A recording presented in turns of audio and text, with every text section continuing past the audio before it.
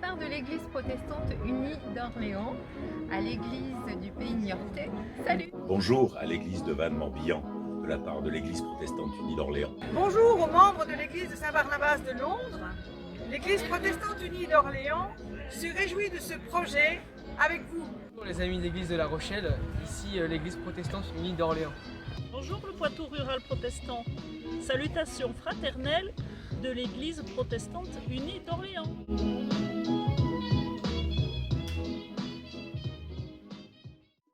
Le territoire de l'Église protestante unie d'Orléans correspond à peu près à son aire urbaine de près de 450 000 habitants. Entre Beauce et Sologne, il s'étend sur la moitié ouest du Loiret, en débordant un peu sur le Loir-et-Cher. Différents indices montrent que la population y est plutôt plus jeune, moins dense et plus aisée que celle d'aires urbaines comparables. L'histoire du protestantisme à Orléans est très ancienne, puisqu'on en trouve des traces en 1524 et que Calvin lui-même y a été étudiant en 1528. Quand Jésus ressuscité, avant de monter au ciel, demande à ses disciples d'attendre la promesse du Père, il utilise un mot fort.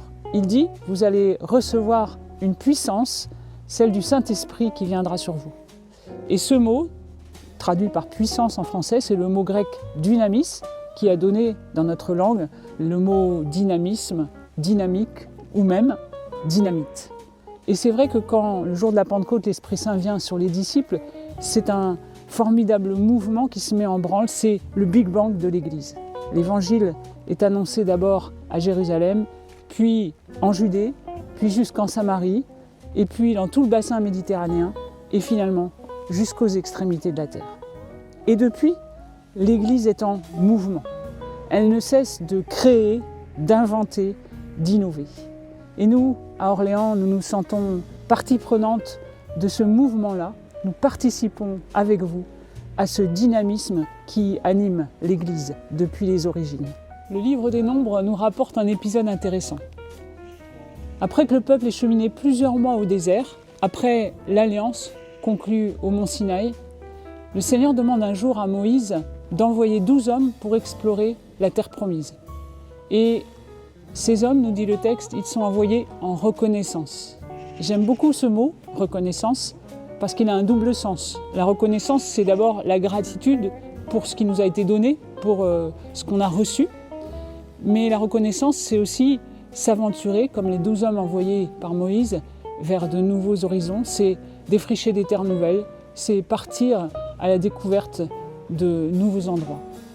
Et finalement, est-ce que ce n'est pas à cela que nous sommes appelés, nous, les 6 églises engagées dans le projet Zacharie, à partir, comme les 12 hommes envoyés par Moïse, en reconnaissance. À Orléans, le temple, bâti en plein centre-ville piéton, idéalement situé, a ce site particulier qu'il est rond, un peu comme un chapiteau ou comme une tente qui serait dressée au cœur de la cité.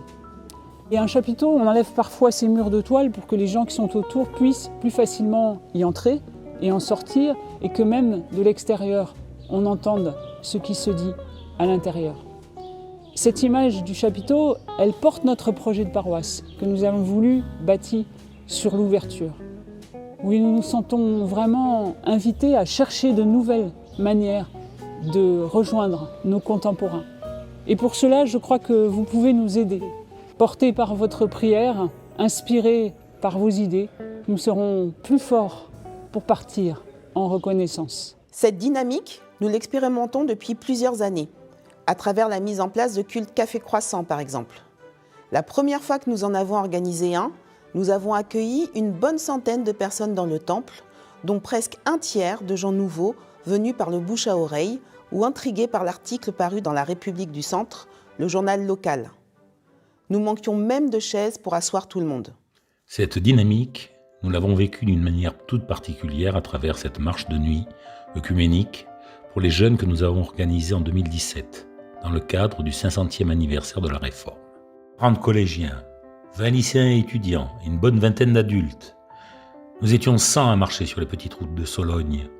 Quelle joie de partager ces 26 km à pied, jeunes et moins jeunes, à la découverte de grands témoins de l'Évangile. Cette dynamique, c'est aussi elle qui nous animait en 2020, lorsque, juste avant le premier confinement, nous avons proposé une soirée de Saint-Valentin dans le temple. Une fois encore, nous avons vidé le temple de ses bancs pour le transformer en une véritable salle de restaurant. Nous avons eu la joie d'accueillir 12 couples et de leur offrir un temps privilégié de partage à deux. Le moment fort de la soirée a été le témoignage d'un couple invité qui a raconté comment la relation avec le Seigneur était un soutien précieux dans la vie à deux. Et c'est aussi porté par cette force, cette dynamisme, que nous avons eu à cœur de proposer des cultes à 4 pattes pour les enfants de 0 à 6 ans accompagnés de leurs parents, convaincus qu'il fallait offrir aux jeunes parents des moments de qualité pour qu'ils se sentent pleinement à leur place dans l'Église. Pour le premier culte à 4 pattes, juste avant Noël 2019, les enfants sont venus nombreux et ont écouté avec ravissement l'histoire des mages suivant l'étoile. Le moment où l'étoile est apparue, descendant du haut de la chair, a été assez magique.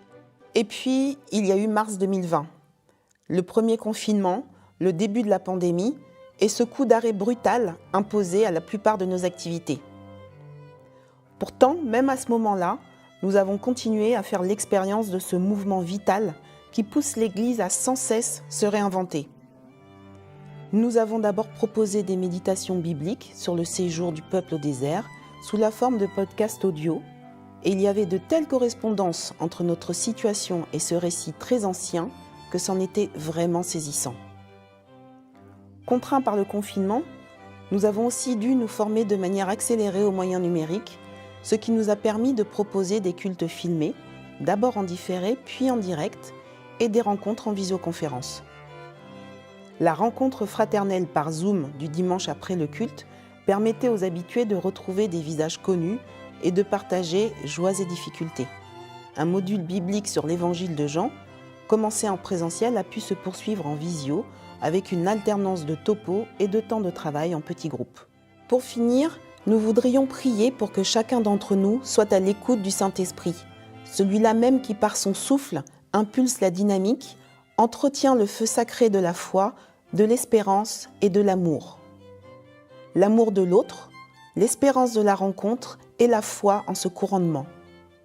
Prions pour qu'il nous mette en mouvement par la volonté de notre Père, qui produit en nous le vouloir et le faire, afin que tous ensemble, ayant accompli la prophétie d'Ésaïe, nous puissions dire que nous avons osé, élargi l'espace de nos temples, nous nous sommes déployés largement, généreusement, sans crainte, et nous nous sommes répandus vers tous les horizons à la rencontre de l'autre.